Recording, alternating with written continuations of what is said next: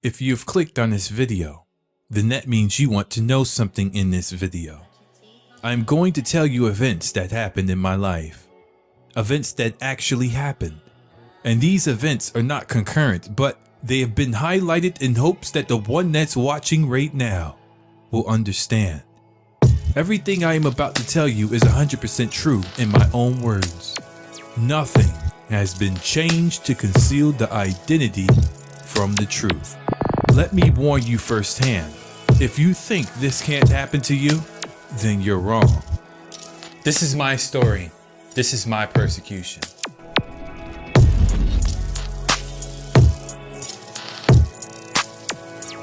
A lot of things were going on in my life. I was, in and out of different relationships. I didn't have what I really wanted. I was sort of like a depressed person. I wanted to be happy. I wanted a relationship. I wanted to be loved. But I felt like I just did not have what I wanted in life. And no matter how much I tried to actually pursue things by myself, I always came up short. Now I had a music career going on, and many of you probably would remember what I was doing in my music career. I was making music and, reaching out to record labels, and I had no problem getting a record deal. I was signed to 2 record labels and got offers from other ones. So before I came to know God, I was in my music. Now, that doesn't mean that I never knew who God really was. I know who God was, but I just never was part of that life because I felt like that life wasn't for me. I believed in him, but I just never lived for him. All through my life, I was going through a lot of different struggles. And I'll start with the time where God actually reached out to me. I'll never forget this. The train, the subway system. I was there and I saw a man be electrocuted on the 3rd rail. And I'll never forget this because there were people standing there, but they wasn't able to do anything. And I was just looking at this, how I saw this man alive one moment, and the next moment, he was dead. And I couldn't understand. But I was shocked at the same time, and it brought tears to my eyes. I just couldn't understand death. And all through my childhood, I was depressed. I had no guidance. I didn't have a mother or father. I was adopted.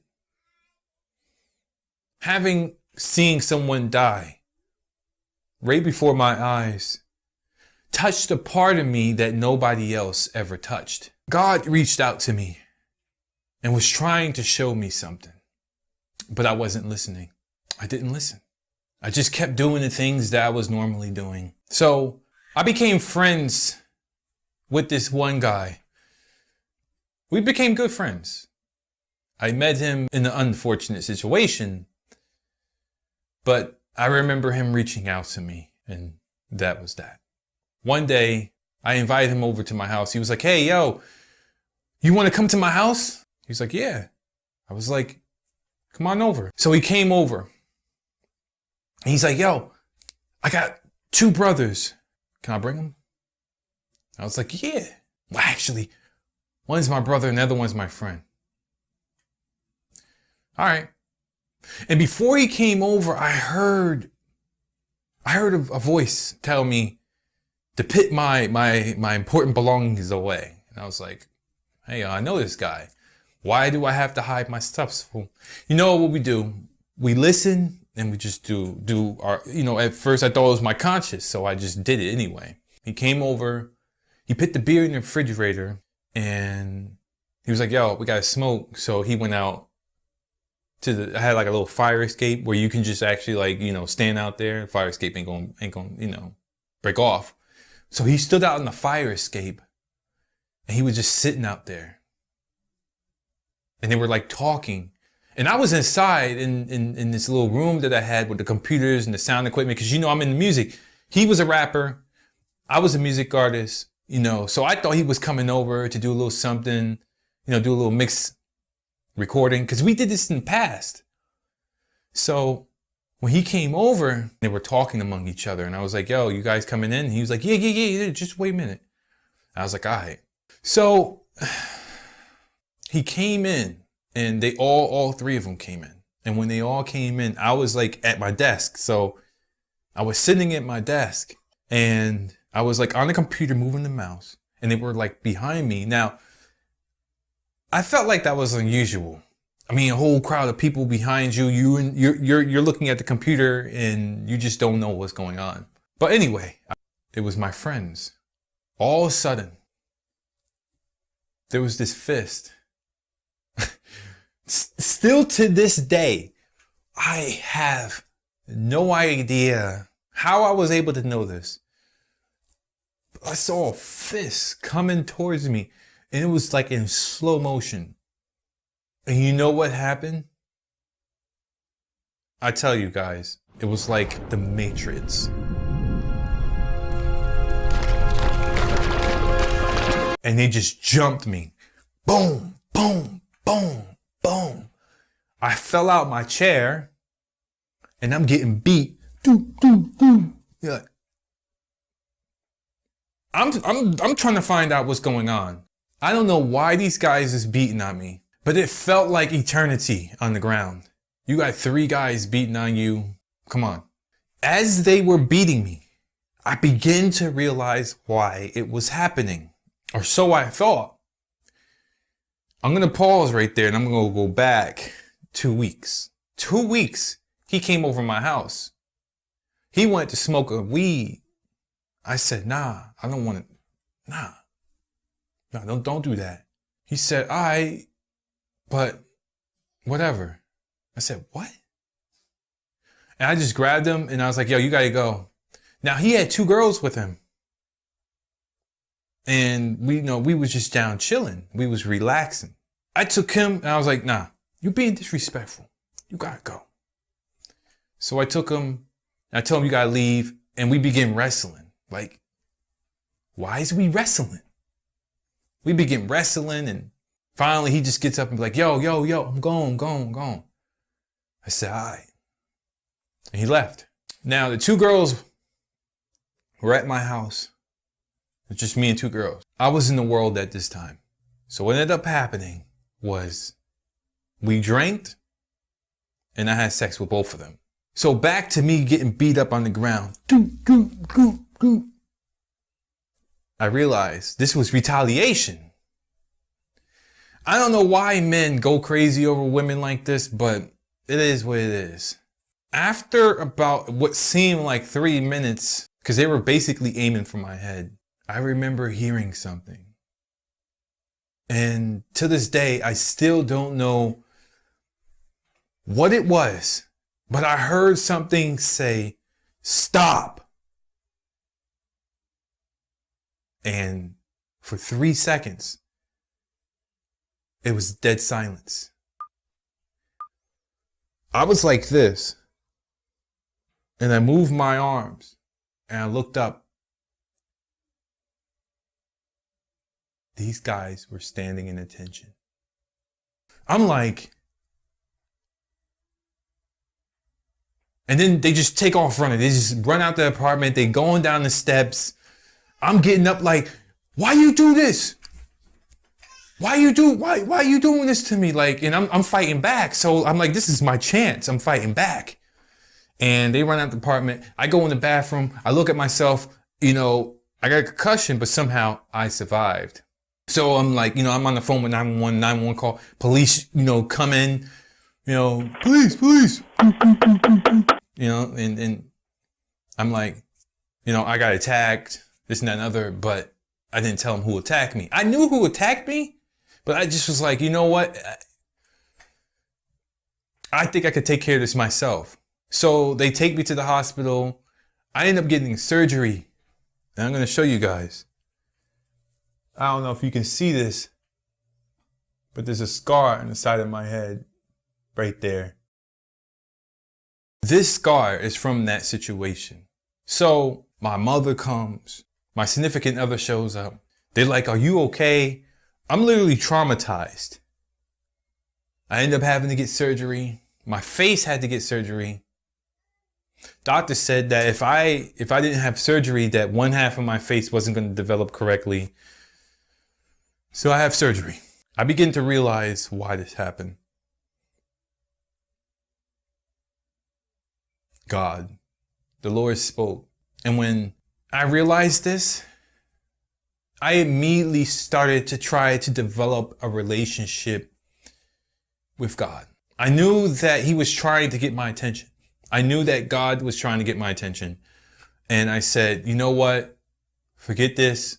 I'm going to try to do things right.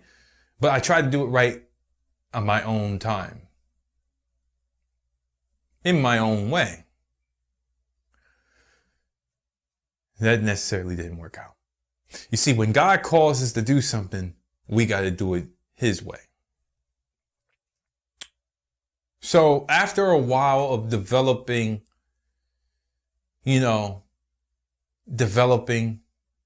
myself, I felt like I was on the right track with God. I said, okay, I got beat up, certain things happened in my life. Things wasn't working out. I began to change. So I said, all right, I'm going to start cleaning up my life. But it started happening very, very, very slowly. I said, if I'm going to try to develop a relationship with God, at least I need a girlfriend. So I went out looking for a girl. I ended up getting into 12 different relationships in 1 year, which I'm not proud of, but I left them because I just wasn't satisfied. Then finally, I had enough. I said, Lord, this is it. I'm not going to do this on my own. I'm going to do this according to your will. So you know what? You can have my love life. Do as you will. I said, but Lord, let me make one request. Can I just at least describe the woman I would like? So I'm praying, right? I'm praying to God, and I'm sitting there like telling God, like, this is what woman I want. Check this out. I want her this high. I want her eye colors to be this way. Her hair, her weight. I'm telling God everything like I'm ordering like an ice cream sandwich. Like, at the end, I said, amen. And then I also told the Lord, I said, Lord, you give her to me when you want me to have her. When you want me to have a wife, that's when I'm going to have a wife, and I'm going to accept that. So after I prayed, the next morning, I deleted all my dating profiles from all these different websites that have my dating profile on, because you know how they say, oh, you maximize your chances if you have your profile on more websites. And I believed in that, but I was like, yo, that sounds kind of shady, But anyway, I digress. A year and a half later, or should I say almost a year later, this woman pops up on my Facebook page. At the time, I'm writing my music. I'm still doing my little thing. But then I changed my music. I started doing it for God. I started, stop cursing. I started putting scriptures in it. Sell your soul, sell your faith. Follow me, don't hesitate, because going to hell has to wait.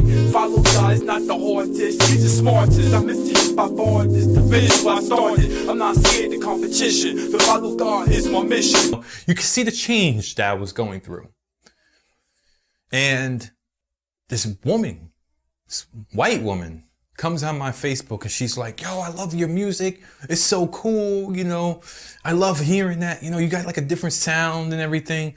So I began developing a relationship with her. We communicating. First it started on Facebook, then we exchanged phone numbers. And then months down the line, we become madly in love with each other.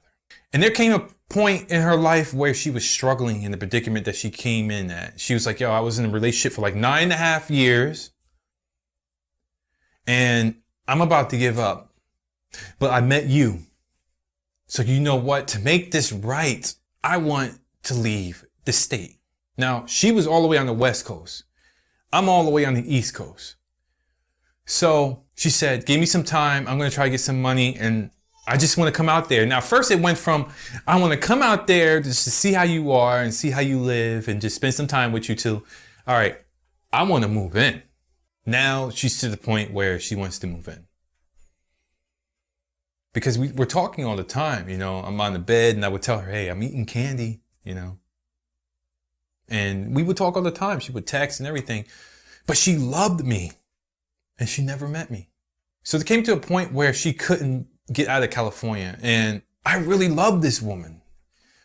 Now, she came to me. So I wasn't looking for a woman, but she came into my hands. After a while, she couldn't figure out a way to leave the state. So I volunteered to pay for her plane ticket. Now, the next problem was she had to get to the airport. So the people she was living with were kind of like controlling her. So she had to sneak out their house and walk 4 to 5 hours in the middle of the night to get to the airport. Once she reached the airport, I already had the plane tickets paid for. So I pay for the plane tickets. She gets to the airport exhausted like crazy. And she's talking to me, and I'll never forget this. I literally stayed up all night just to make sure she got to the airport. Once she got to the airport, I went to sleep. Or did I? Anyways, once she gets on the plane, she takes the plane and it makes a stop in Texas. It goes from Texas to where I am, LaGuardia. She gets off in LaGuardia, but has no way to get to where I'm at. So I volunteered and took myself to East 77th Street in Manhattan. I'm there waiting for her. And I walked all the way up there from Midtown, which is like 33rd Street, to East 77th. She's in the cab. She gets out the cab. And that's when I meet her. And I'll never forget this because before she came, God spoke to me and said, she's for you. She's for you. She's for you. And when the Lord spoke and said, she's for you, that's when I paid for the plane tickets. I looked at her. I remembered what I asked God for. It was a match. That's just one of the things that happened. So fast forward, we're married. We got married. She proposed to me. Fast forward all the way to October 2017. Now, I'll tell you this right now. This is some serious stuff.